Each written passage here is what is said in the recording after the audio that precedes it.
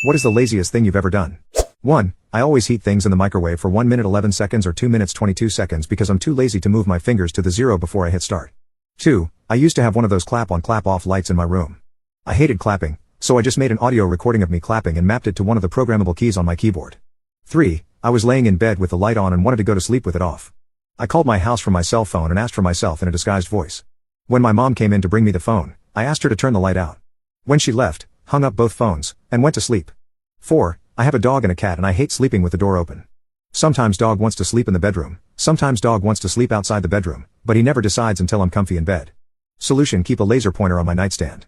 Once dog decides where he's sleeping, I'll shine the laser pointer on the door so that my cat paws it closed. It has now become a routine that my cat will wait by the door for the laser before laying down. 5. I was once on a US military ship having breakfast in the wardroom. Officers lounge when the operations officer ops walks in. This guy was the definition of not a morning person.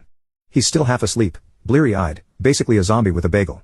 He sits down across from me to eat his bagel and is just barely conscious. My back is to the outboard side of the ship and the morning sun is blazing in one of the portholes, putting a big bright-ass circle of light right on his barely conscious face. He's squinting and chewing and basically just remembering how to be alive for today. It's painful to watch. But then zombie op stops chewing, slowly picks up the phone and dials the bridge. In his well-known I'm still totally asleep voice. He says, "Hey, it's ops, could you shift us a tad?" "Yeah, 1, 6, 5. Thanks." And puts the phone down. And then he just sits there squinting, waiting. And then ever so slowly, I realize that big blazing spot of sun has begun to slide off his face and onto the wall behind him. After a moment, it clears his face and he blinks slowly a few times.